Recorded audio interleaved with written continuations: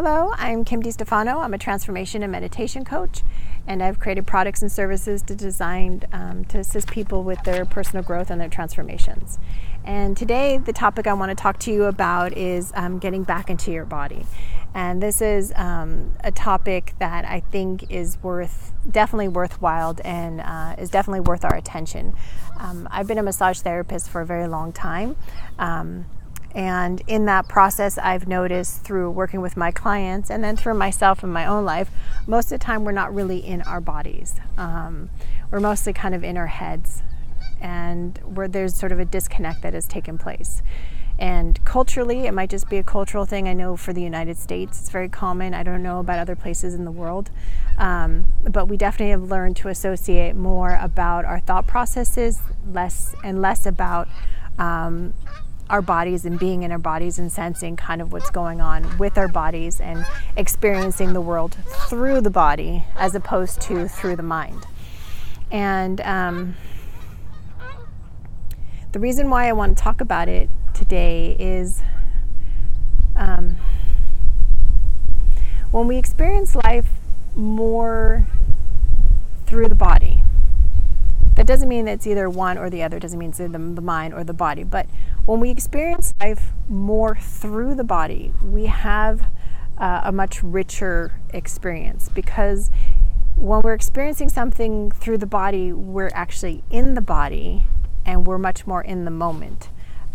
When we experience things through the mind, there's sort of a mental commentary about what we're experiencing, where we can't really experiencing it in its purest form. We have thought processes about what we're experiencing, like it goes through kind of our filters and our judgments as opposed to having a genuine, real moment experience where you're more responsive to life instead of sort of a reacting to life. And some of the benefits of being more in the body is that.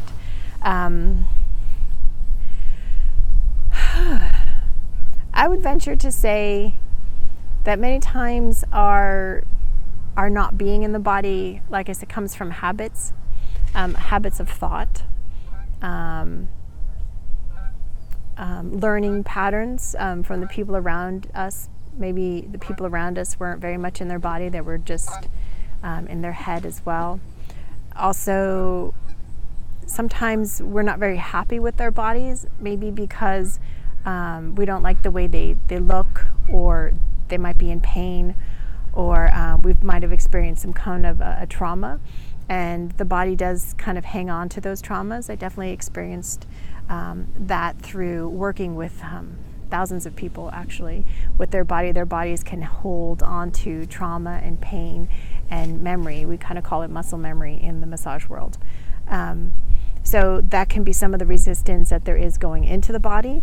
Some too on a spiritual aspect, there is different lines of thought that enlightenment happens outside of the body, or that we try to transcend from the body instead of embody the body, instead of being in the body. I've actually tried those. It didn't work. Mostly my body just kind of fell apart. I had a lot of different medical problems during that time. The seeking of enlightenment, or whatever that was that I was going through at the time, it just sort of created more of a disconnect. And it wasn't until I actually developed the meditation practice of going back into the body, breathing into the body, that I was actually able to achieve those states of being that I was trying to achieve by going outside of the body to move beyond it.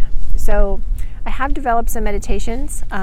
They are available to you on my website at yourtransformationisart.com. But any kind of a meditation that you can do on your own is good. I definitely recommend it. You want to be able to learn how to give yourself, even if it's just 10 minutes at a time. You should be able to find 10-minute snippets of time to just breathe and to breathe and to breathe and bring your body back, bring your attention back into the body. There's going to be a lot of mental commentary that happens when we try to do this, especially in the beginning.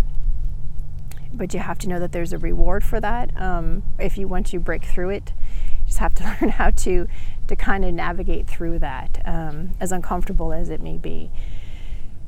But in the beginning, when we start this practice of going into the body, you're gonna notice some things in the body. You're gonna notice some aches and pains. You might notice thought patterns. You might recall memories. All this stuff, it does get stored in our body, and when we bring our attention into the body, you're going to feel some resistance to doing that.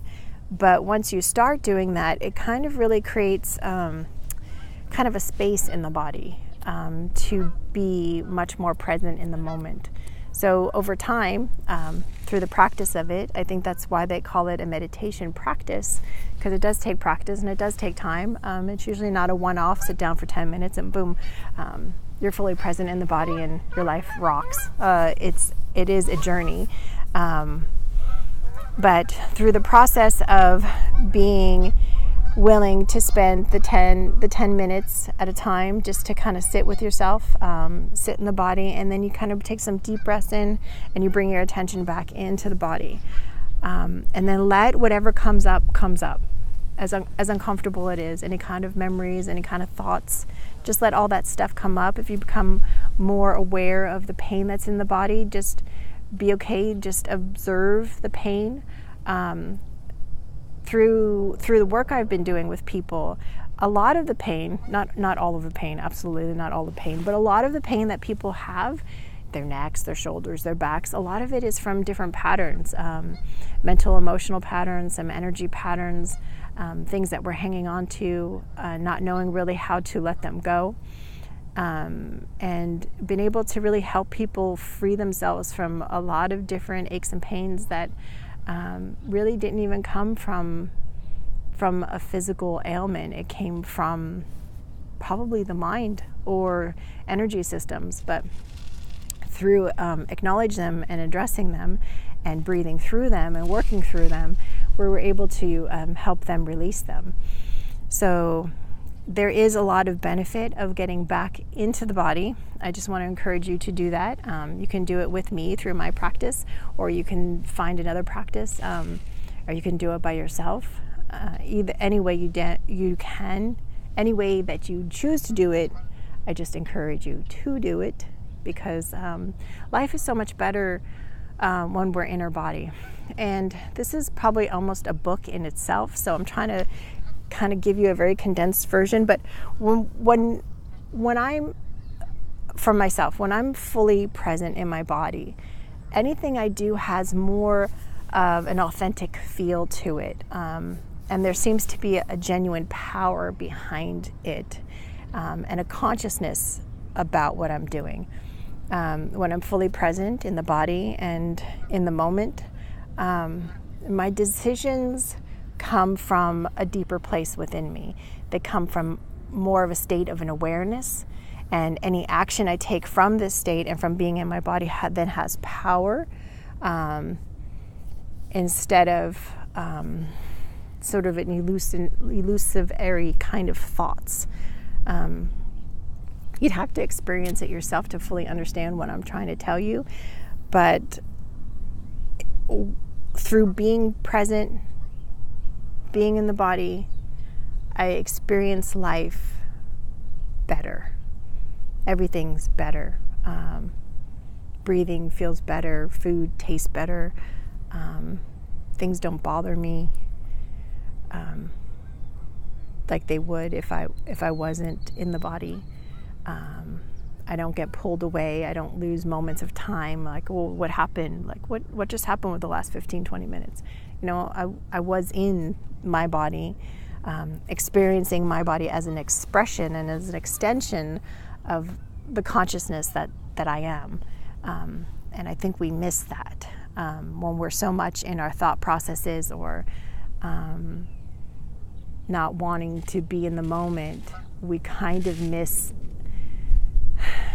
all the senses that are available to us, miss the joy that's available to us, and miss life and that opening that's there for us when we can actually experience it through that deeper that deeper level of consciousness. And it's not a consciousness that's outside of you, although there is something, of course, out there, but the consciousness that's within you. And that's what I'm pointing to, your own expression of consciousness expressing itself through you and through your body, and seeing your body more in that light, instead of flesh and bones and things that you have to lug around. I mean, with the body, we're finding is a remarkable, intelligent organism that responds to our thoughts and our emotions. There's chemical responses that happen, and we have a lot more authority over our bodies than we ever knew was possible. And we have that through our thoughts and through our awarenesses. And to get the best results, a lot of times, is really just to be present and to be in the body and to acknowledge that you have a body, and that your body is fine, flaws and all, perfection and all.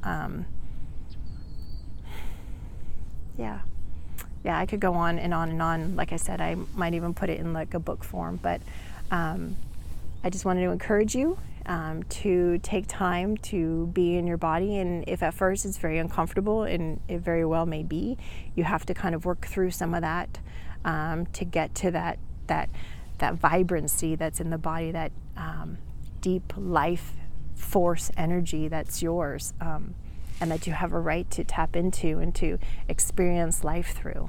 And I guess that's it for now. Have yourself a wonderful day, and much warmth and love to you. Thanks.